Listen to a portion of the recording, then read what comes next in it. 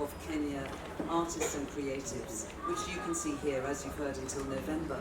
But you can also see them if you're listening and tuning in from the UK, and indeed for tourists and people from around the world at Venice, at the Biennale, which is celebrating architecture this year.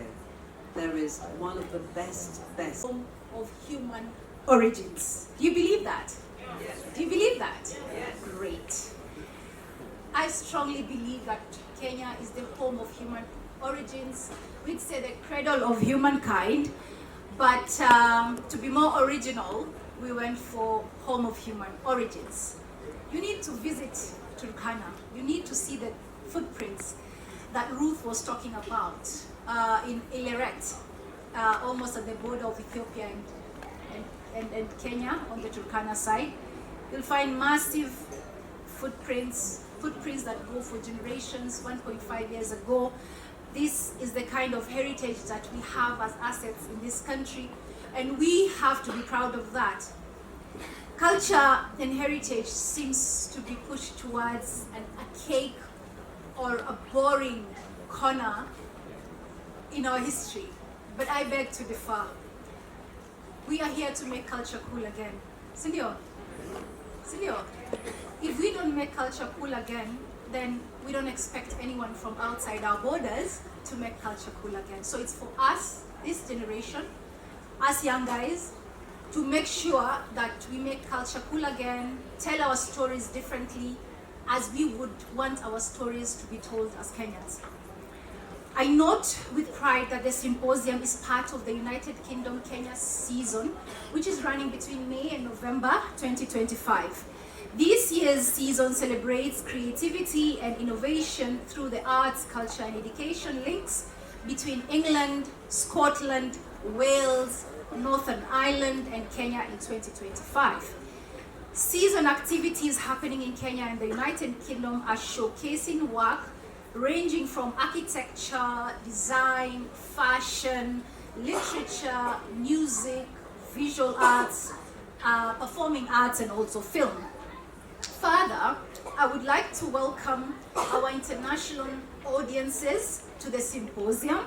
We have teams from the UK, South Africa, Nigeria, Zimbabwe, Egypt, Sudan, South Sudan, Rwanda, Uganda, Netherlands, Nepal, Palestine, Jordan, Syria, Pakistan, and Vietnam that have flown in, as well as those attending sessions being broadcast online. We have virtual going on. I note that this is a 4-day hybrid event, and it's happening parallel in 3 different cities, that is Nairobi, Lagos, Nairobi, Lagos, London, at the African Center. We are excited about gathering artists, creative practitioners, cultural organizations, and interested audiences to share experiences and insights through different workshops. The 2025 edition of the Culture Growth Symposium will address the following questions. 1, how is artificial intelligence engaging with cultural heritage, and to what effect, to what extent, right? Which ethical conditions should guide digital technologies in Africa? The second question would be, how can platform owners and practitioners in the cultural and creative industries work together to protect and amplify community rights, voices, and perspectives while maximizing on opportunities offered by digital technologies? The third question would be, what type of cultural heritage and digital technology policies and regulations do we need or are necessary to harness indigenous knowledge and ensure inclusive growth?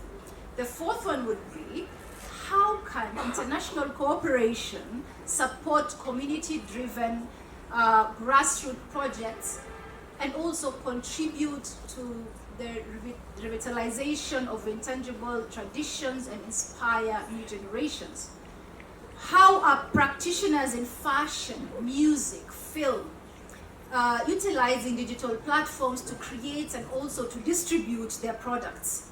And finally, how are the technologies utilized for documentation and information sharing and management recreated recreation of outdoor virtual experiences, also audience development for cultural heritage. So, my dear friends, as we unpack these domains, it is clear that the world of business as we know it today is slowly ceasing to exist in favor of working with digital aids in the creative space. As Nobel Peace Prize winner Geoffrey Hinton's notes, AI is advancing faster than we expect. In this forum, we will unpack how this affects arts, culture, and also our heritage. Ladies and gentlemen, culture is not only a mirror of our societies, it is the backbone of our foundation. It is the fabric of our identity and our existence as a people. It is also a vital driver of transformation, cohesion, and also development.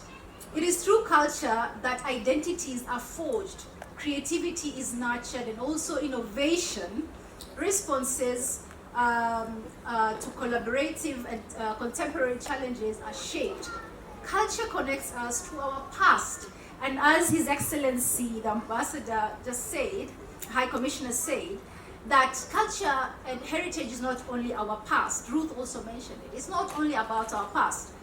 It is our day-to-day. It's the stories we write for our grandchildren, our great-grandchildren, and the pride that we have as a people, as a nation, and the history and assets that we have.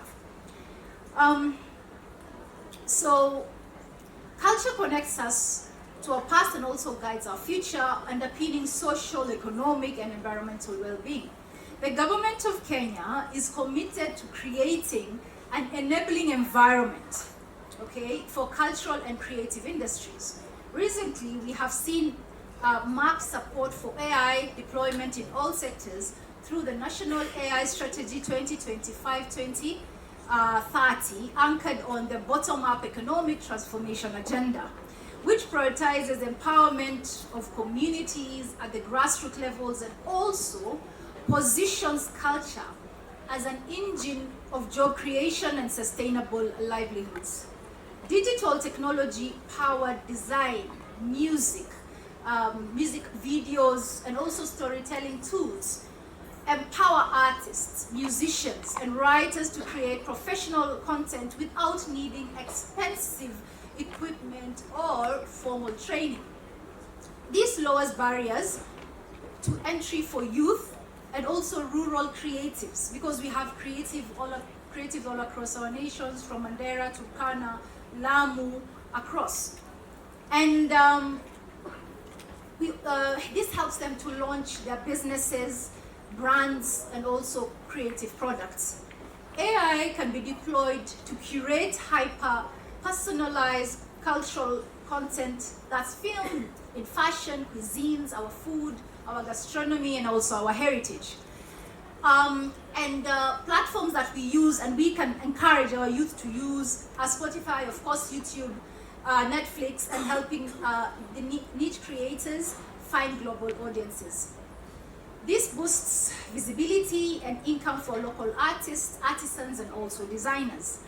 Digital technologies can also be used to archive, digitize, revitalize indigenous language and also traditions. Our languages, Kiswahili chetu, lugha yetu ya mama, zinapotea. So what do we do? What can we do as creatives to ensure that our mother tongue does not disappear? Like my kids, talking to them in Somali is drama.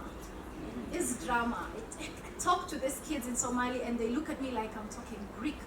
So how do we change this notion that it's cool to speak in English, but it's not cool to speak in Kikuyu or Luo, Kijaluo, or Kiswahili, or Kimasai?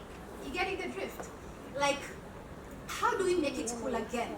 That if I speak to my kid in Kiswahili, he'll not feel like, Mali uko down. Ojaiva. So what can we do, especially coming from our creatives? How do we make it a normal thing to speak in our languages and in our local dialect, eating, mutura, matumbo, omena, anjera, and feel cool about it?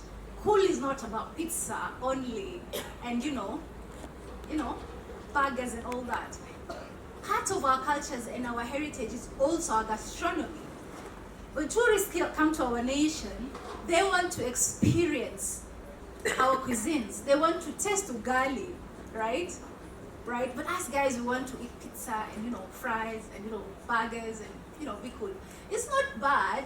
I mean, I love pizza, but integrate it with our own, homegrown foods. Mahindi choma, nyama choma, you can make it cool. And we don't have to wait for guys from outside to make it cool for us. We're the ones who will make it cool again. With these trends, I expect digital technologies to be embraced not just as a tech tool, but as a powerful equalizer, helping entrepreneurs, especially women and emerging creatives, turn culture into capital, especially when combined with supportive policy, education, and equitable digital access. I wish to conclude with a few words from the late Professor Mbugi wa Thiong'o. Our heritage is not a museum piece. It is the living soul of our people. Let us rise to this moment. Let us harness technology to breathe life, new life into our culture and heritage, and ensure that they thrive across borders and generations. I want to also take this opportunity to thank the British Council once again for this amazing, amazing symposium. And Kenya is very lucky to be the chosen one this year. And we hope for more collaborations with the United Kingdom and also the British Council. We can do so much together, Tom, Sandra, Your Excellency Neil, Ruth. Let's see how we can work together to make our youth shine, to make our creatives come out proudly and confidently, and nurture the talent that they have. It is with these few remarks that I declare this symposium officially open. Thank you very much.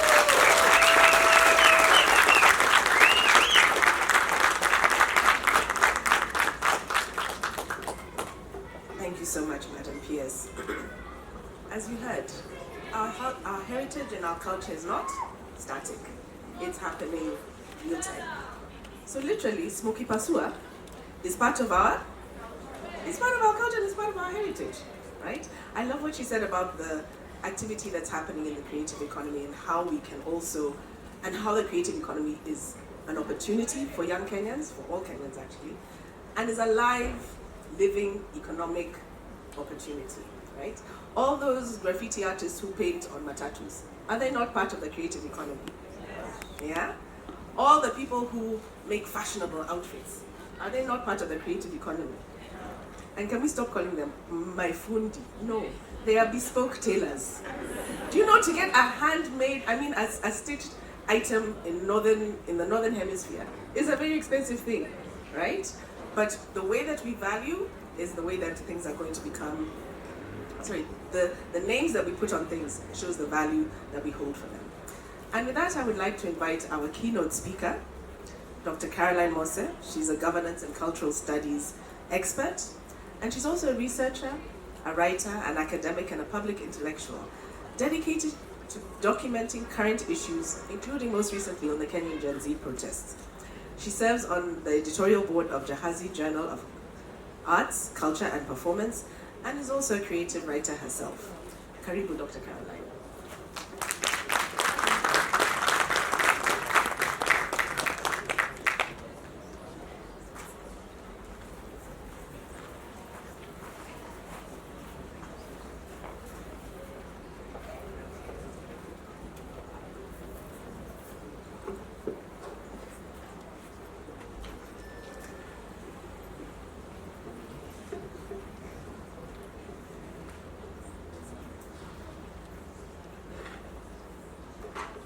Good morning.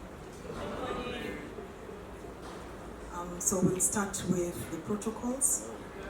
Their Excellencies, Neil Wigan, the UK Commissioner to Kenya, and Ruth Mackenzie, Director of Arts at the British Council in the UK, Mheshimiwa Umi Bashir, who has just declared the symposium open, Professor Mary Gikungu, who is the Director General of the National Museums of Kenya, Professor Kimani Njogu, who is the Executive Director of Twaweza Communications, the Twaweza Communications team, the British Council in Kenya, the team, distinguished guests, ladies and gentlemen, and all protocols observed. Good morning. Good morning. Good morning. I am, of course, absolutely honored and delighted to stand here before all of you to deliver this keynote. Now, if you look at the program, the title of my speech felt a little bit of a mouthful. And I tried to shorten it, and I don't know if I succeeded, but I titled this Digital Technologies and Preservation and Sharing of Cultural Heritage, Challenges and Opportunities.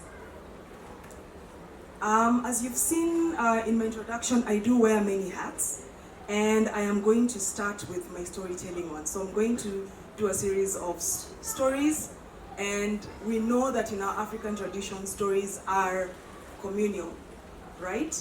So when I say hadithi, hadithi, for those of us who are here and you're not Kenyan or you don't speak Kiswahili, I've put the cue up there. Every time you see that cue, just know I'm going to say hadithi, hadithi, and you say? Hadithi. Okay, so I'll start with my first story. Once upon a time in the highlands of Narok, on 16th of October 1946, stood a man named Karambu Olesenteu, who was the grandson of the famed Masai Olaibon Matiani, whose name sits proudly at the highest peak of Mount Kenya at 5199 meters above sea level. Karambu Olesenteu was named after one of Olaibon's sons, whose younger brother Olonana sits with his name at the third highest peak of Mount Kenya, which you will all know as Point Lenana. Karambu stood, chest heaving, adrenaline pumping, on the verge of flight. About 50 feet from him lay District Commissioner Hugh Grant, not to be confused with the actor, of course. DC Hugh Grant lay dead. Karambu had just sent a flying spear right through him for taking his prized bull as heart tax. Watching this bloody drama was Mzee Kasi Selembo, who was the deceased driver. Mzee Selembo would turn out to be my own great-grandfather. And he stood here captured in this historic tableau. Mzee is late, of course, as is my grandfather, Mzee John Tiampati, who married Selembo's daughter, Dorothy Naisingoi, who is also late, my grandmother. So why is this story that I'm telling you important? We'll come back to this shortly. It has always been imperative to curate and preserve culture, for it to be passed down the generations, and more so today with so much exponential progress and change. I'll start. I said I wear many hats. I also love numbers, and I'm going to throw some at you. In the last 111 years, the world has experienced 2 world wars, the Cold War, the fall of the Soviet Union, globalization, and emerging new technologies, including the mobile phone some of you are holding in your hands. And of course, it's now infamous 5-second concentration span of Homo sapiens sapien, i.e., all of us sitting here. On the continent, in the last 141 years, we have witnessed the advent of colonialism since the Berlin Conference of 1884 to the current Africa we now know with its socio-political and cultural histories. But what lies before 1884? The British explorer Henry Morton Stanley, who is famous for his inland trek across Central and Eastern Africa, looking for David Livingstone, dubbed Africa the Dark Continent. While the German philosopher George Hegel opined that, and I quote, "Africa is no historical part of the world. It has no movement or development to exhibit." And in 1963, famous British historian Hugh Trevor Roper infamously stated, and I quote, perhaps in the future there will be some African history to teach. But at present, there is none. Only the history of Europeans in Africa. The rest is darkness. Views like these and others cemented the popular dark continent tropes, including in popular imagination and culture. Among them, books such as Joseph Conrad's Heart of Darkness, Wilbur Smith's body of literary work detailing the movements of white characters across an interestingly wild, vast land with very few native peoples, if at all. A land waiting to be tamed and occupied, which of course were echoes of Cecil Rhodes and his infamous and exploitative Cape to Cairo Railroad. All these loud narratives stifled the more astute accounts, such as British journalist and historian Basil Davidson's Old Africa Rediscovered and Lost Cities of Africa, both of which were published in the late 1950s, which explored Africa's advanced civilization before the arrival of the Europeans. But even Davidson's accounts fall short of the glory of ancient Africa. Hadithi, hadithi. Hadithi, hadithi. I'll tell you another story. In 1691, the Portuguese ship captain Lourenço Pinto observed, and I quote, "Great Benin, where the king resides, is larger than Lisbon. All the streets run straight as far as the eye can see. The houses are large, especially that of the king, which is richly decorated and has fine columns. The city is wealthy and industrious. It is so well governed that theft is unknown, and the people live in such security that they have no doors to their houses." Mathematician Ron Eglash, author of African Fractals, which examines the patterns underpinning architecture, art, and design in many parts of Africa, said that Benin City and its surrounding villages were purposely laid out to form perfect fractals, mathematically predictable patterns. When Europeans first came to Africa, they considered, I'm quoting him, they considered the architecture very disorganized and thus primitive.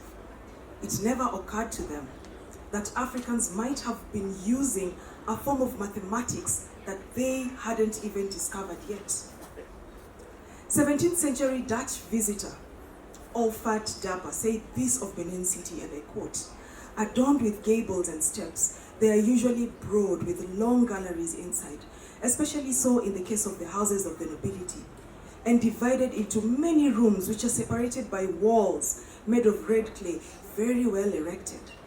The upper floors are made of some sort of clay. Moreover, every house is provided with a well for the supply of fresh water." Talk about, this was the original benchmarking trip, eh? By all accounts, everyday life in Benin City, heart of the great empire of Benin, was filled with people in colorful dresses, conducting business and living sophisticated, complicated lives. A far cry from the erased native, whose language, as colonial law has had us believe, was purely oral, even guttural, rarely written, and life so simple to the point of infantility. Africans walking around with no clothing and living in simple huts made of mud, or sometimes out in the wild like animals. The decline of Benin City began in the 15th century, sparked by internal conflicts, linked to the increasing European intrusion and slave trade at the borders of the Benin Empire. Then in 1897, this is just a few years after the Berlin Conference, the city was destroyed by British soldiers, looted, blown up, and burnt to the ground. Other literature speaks of ancient kingdoms: Aksum, Kush, Mosi, Shongai, Twa, Nok, Akan, of great libraries in ancient cities such as Timbuktu.